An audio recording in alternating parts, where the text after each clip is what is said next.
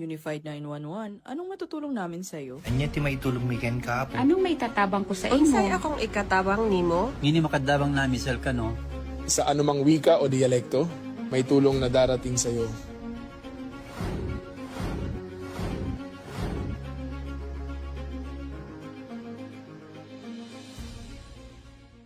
Lilingkod sa bawat Pilipino at magbibigay ng tamang impormasyon para sa tahimik at maayos na Pilipinas. Police News Network, alagad ng batas, tagapagtaguyod ng balitang pulis, sandigan ng mamamayan, patnubay ng katotohanan.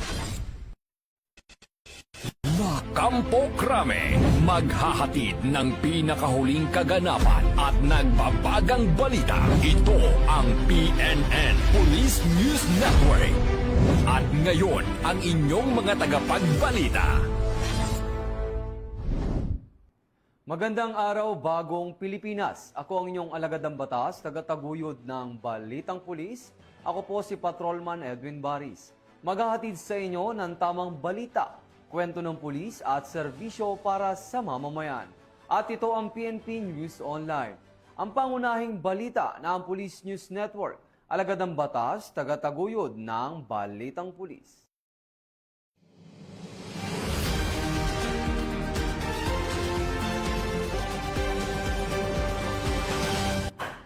Narito ang mga balitang hatid ng ating PNN correspondents mula sa iba't ibang panig ng bansa.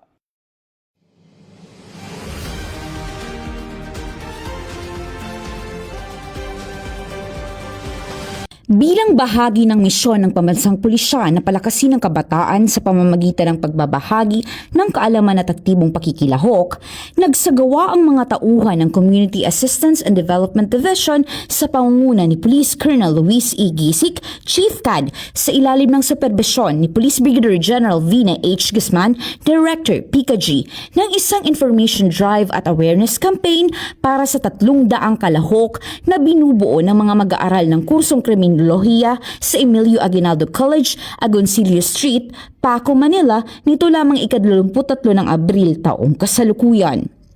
Layunin ng aktibidad na mapataas ang kaalaman ng mga mag-aaral hinggil sa mahalagang isyong panlipunan, gayon din ang pagpapatibay ng kanilang papel bilang mga magiging tagapagpatupad ng batas sa pagsulong ng kaligtasan ng publiko at kapakanan ng komunidad. Bilang bahagi ng nasabing aktibidad, namahagi din ng 300 information, education and communication materials patungkol sa mga paalala para sa publiko, kahandaan sa sakuna, kampanya laban sa karahasan sa kababaihan at kanilang mga anak, laban sa iligal na droga, kontraterorismo, ang Safe Spaces Act o Bawal Bastos Law, mga hakbang sa cybersecurity at kaligtasan online, Republic Act 10591 o ang Comprehensive Firearms and Ammunition Regulation Act, laban sa iligal na pagsusugal at police service balita.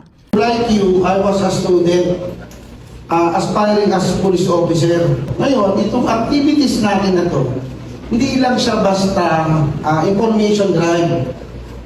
Isa platform kung saan mabibuild yung character nyo, mabibuild yung reputation nyo, mabibuild yung decision making nyo, at to address kung paano yung mga critical decision making nyo, at kung ano yung papel nyo sa community.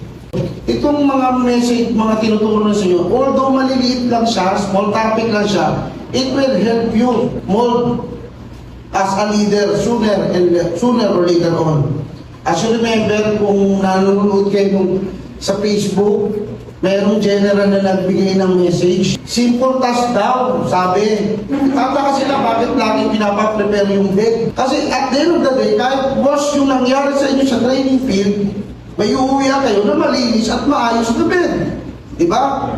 So yun yung mga topic natin ngayon. Kung bakit siya maliit, makukumpleto siya as a whole kasi malaki ang batas natin. Napakalaki ang batas, ang dami yung pag-aaral, ang daming rights, ang daming rights, even the suspect has own rights. So, yun, madadagdag lang sa inyo sa mga tinuturo dito. At the same time, mapiprevent yung dapat na hindi ninyo magawa. Ang vision natin, ang police natin, usually na nakikita natin yung mga nasa kalsada. Ano yung nasa kalsada na sa visibility. Nakikita natin sila. Nakikita natin sila na pag tumata tayo, nakatayo, nagpo-provide ng security. Kami naman iba. We conduct education sa inyo. We conduct awareness sa inyo. Kasi para ma-develop kayo as a whole. Kaya small things, kaya ang sinasabi na, 1,000 journey begins with a single step. Tama? Be a good leader. Binigyan tayo ng pagkakataon, tumulong tayo. Learn from the best. And you will be the best. Pagka sumama kayo sa best, magiging best din kayo. Ipinapakita ng inisyatibong ito ang patuloy na dedikasyon ng pambansang pulisya, partikular ng PICAG, sa pagbibigay edukasyon at pakikibahagi sa sektor ng kabataan, lalo na sa mga mag-aaral, upang maunawaan ang kanilang mga responsibilidad sa paglilingkod sa komunidad at pag-iwas sa krimen. Maraming salamat po sa mga PNP or law enforcement personnel natin kasi dahil po sa kanila may natutunan po kami ngayong araw. Nagtapos ang programa ng matagumpay na may aktibong partisipasyon mula sa mga mag-aaral at guro na nagpapatibay sa kahalagahan ng sama-samang pagkilos sa pagbuo ng isang mas ligtas at mapayapang lipunan kaugnay ng bagong PNP para sa bagong Pilipinas, serbisyong mabilis, tapat at nararamdaman. Bagong PNP para sa bagong Pilipinas. Serbisyong mabilis, tapat at nararamdaman. Mula dito sa Emilio Aguinaldo College, ako ang inyong PNN correspondent, Patrolwoman Jera de Duterte, alagad ng batas, tagataguyod ng Balitang Pulis. Pulsahan po natin ang ating mga kababayan dito sa Western Bicutan, Taguig City patungkol sa pagpapatupad ng iba't ibang ordinansa sa kanilang lugar. Alamin natin ang kanilang pananaw at karanasan sa programang ipinapatupad ng ating mga kapulisan tulad ng curfew sa mga menor de edad, pagbabawal ng topless or half-naked sa pampublikong lugar, at pagbabawal ng videoke lagpas ng alas 10 ng gabi. Sa pamamagitan ng pakikipanayam na ito, ating malalaman kung paano nakatulong ang mga ordinansang ito sa pang-araw-araw na pamumuhay ng ating mga residente at sa pagpapatibay ng ugnayan ng komunidad at ng kapulisan. Sa pagpapatupad po ng PNP Safer Cities, ma'am, ano po yung mga pagbabagong nakita po natin dito sa Western Bicutan? Napakalaking pagbabago.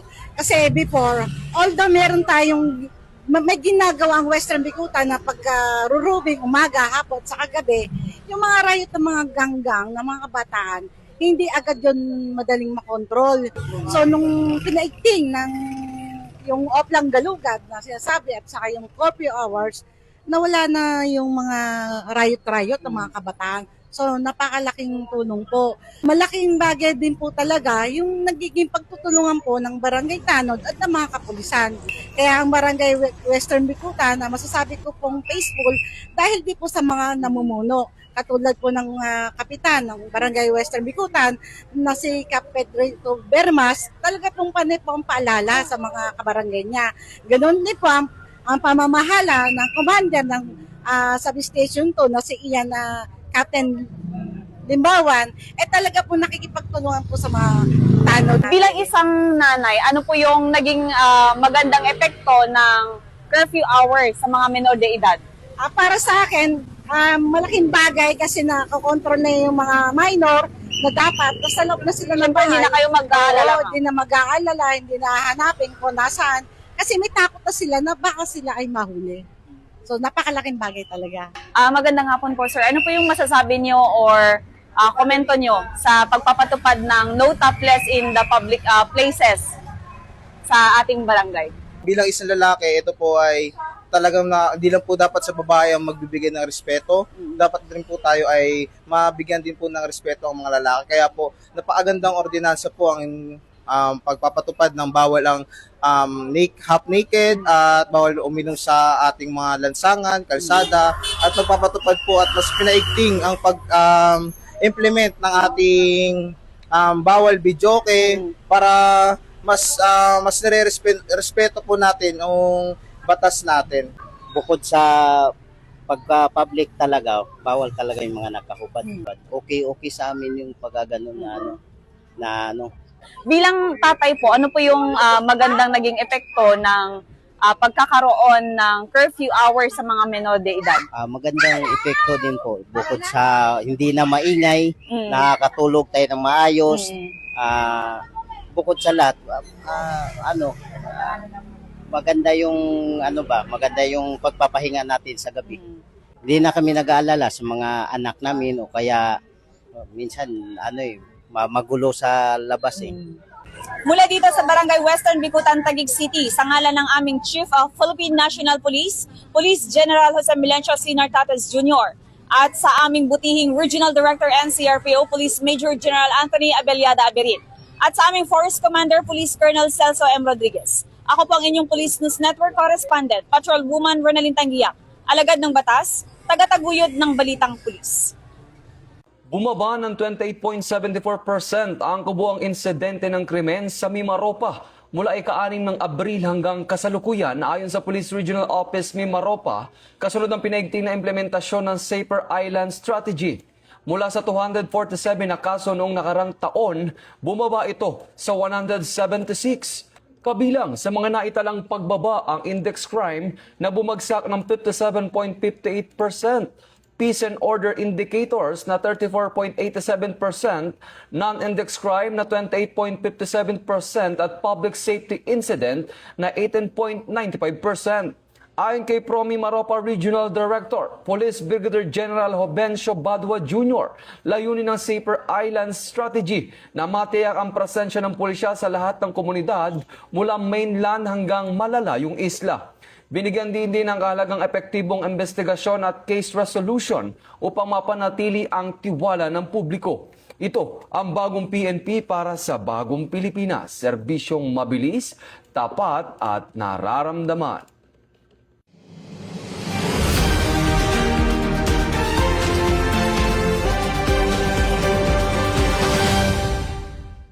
Iniimbestigahan na ngayon ng PNP ang pinagmulan at posibleng sindikato sa likod ng mahigit 16 na milyong pisong halaga ng pinagninilaang smuggled cigarette na natagpuan sa abandonadong mga truck sa Malabang, Lanao del Sur. Ayon sa ulat ng pulisya, rumisponde ang mga tauhan ng Malabang Municipal Police Station matapos makatanggap ng report kaugnay sa 3 iniwang sasakyan sa isang bakanting lote sa barangay BPS Village.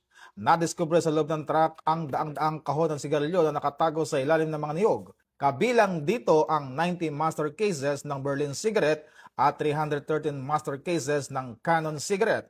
Wala umanong susi at kaukulang dokumento ang mga sasakyan, indikasyon na iniwan ito upang makaiwas sa pagkakakilanlan at posibleng pag-aresto sa mga sangkot na sospek. Ayon kay PNP Chief Police General Jose Milencio Nartates Jr., paigtingin pa ang investigasyon upang matukoy ang mga nasa likod ng iligal na operasyon. Kasalukuyang nasa kustodiya ng pulisya ang mga nakumpiskang kontrabando habang inihahanda ang turnover nito sa Bureau of Custom para sa kaukulang disposisyon. Mula po dito sa himpilan ng Pambansang Pulisya ng Pilipinas, ako po si Patrolman Adrian Dayaw, nagbabalita para sa Police News Express. At ito ang bagong PNP para sa bagong Pilipinas, serbisyong mabilis, tapat at nararamdaman.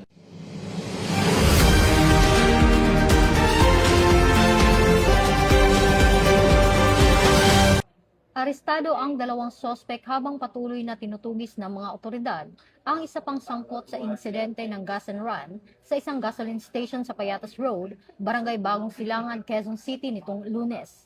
Ayon sa National Capital Region Police Office, nagsagawa agad ng follow-up operation ang mga pulis na nagresulta sa pagkakakilanlan at pagkakaaresto ng 2 sospek habang nagpapatuloy ang manhunt operation laban sa isa pang individual upang mapadagot sa naturang insidente. Batay sa investigasyon, bandang 3:10 ng madaling araw nang umano'y magpakarga ng gasolina ang mga sospek sa nasabing stasyon at tumakas ng hindi nagbabayad ng humigit kumulang 1,500 pesos halaga ng krudo. Inihahanda ng mga otoridad ang kasong estafa laban sa mga naarestong sospek na isa sa ilalim sa inquest proceedings sa Quezon City Prosecutor's Office. Muling pinaalalahanan ng pulisya ang publiko na agad i-report sa pinakamalapit na himpilan ng pulisya ang anumang kahina-hinalang aktibidad upang mapanatili ang kaayusan at seguridad sa komunidad. Ito ang bagong PNP para sa bagong Pilipinas, serbisyong mabilis, tapat at nararamdaman.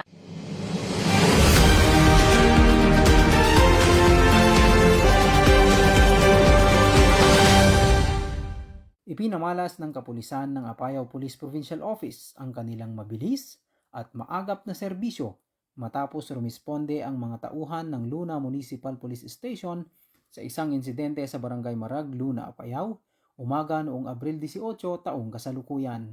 Nakatanggap sila ng ulat mula kay punong Barangay Leonila Udipa hinggil sa isang residente na nasugatan matapos masuwag ng isang kalabaw. Agad na nagtungo ang mga rumispondeng pulis sa kinaroroonan ng biktima na kinilalang si Ginoong Moses Costares.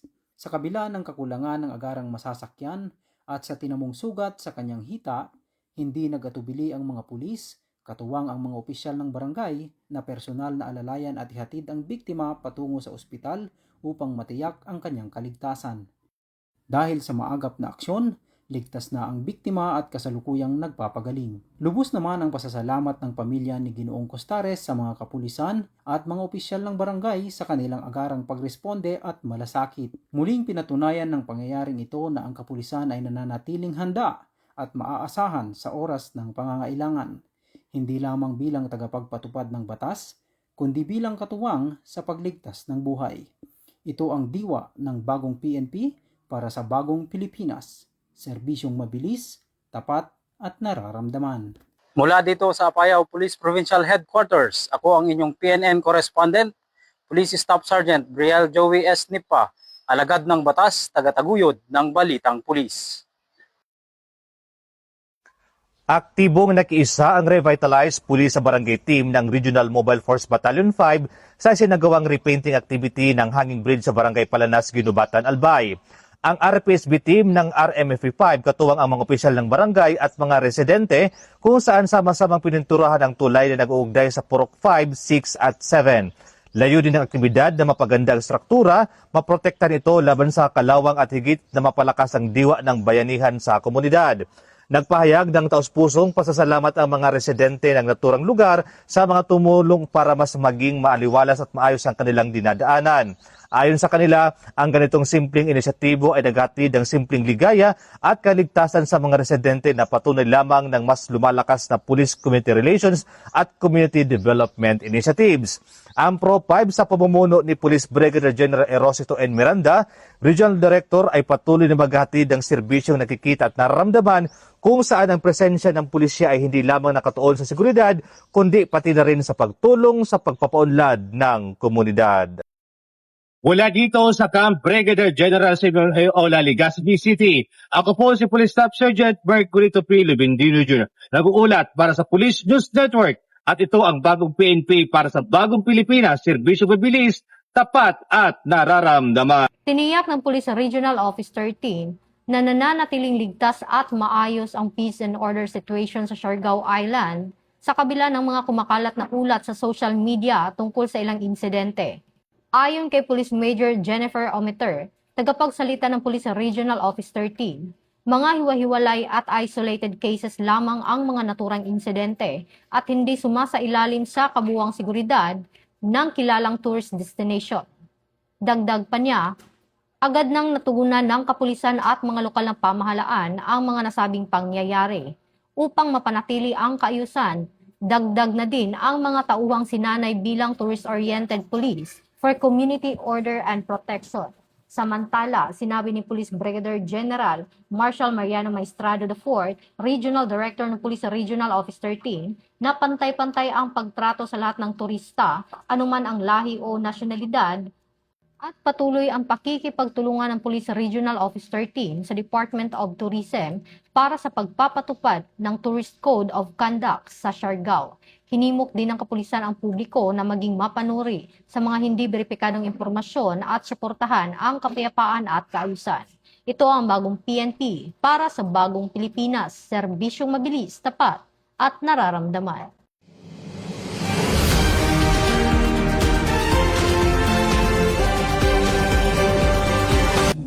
At yan ang mga balitang nakalap ng ating mga PNN correspondents mula Luzon, Visayas at Mindanao.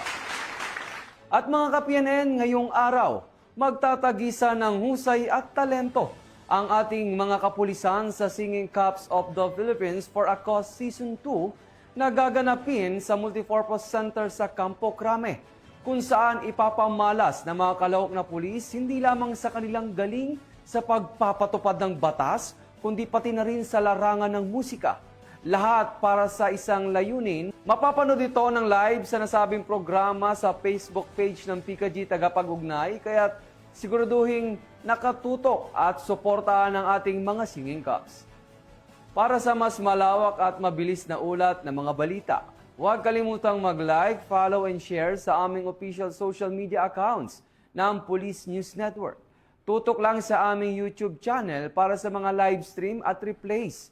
At ipollow kami sa X account para sa mga real-time updates at Facebook account ng Police News Network. Manatiling mapagmatyag at laging alamin ang totoo.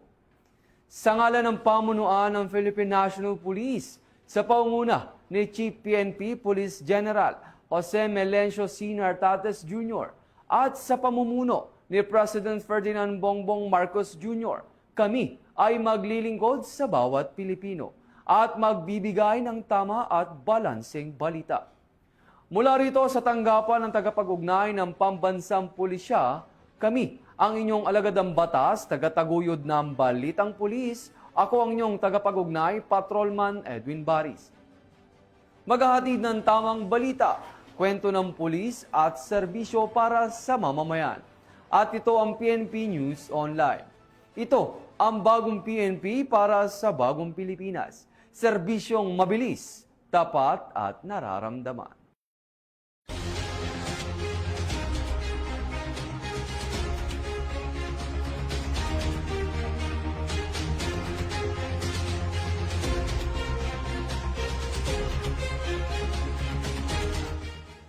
Police News Network, alagad ng batas, tagapagtaguyod ng balitang pulis.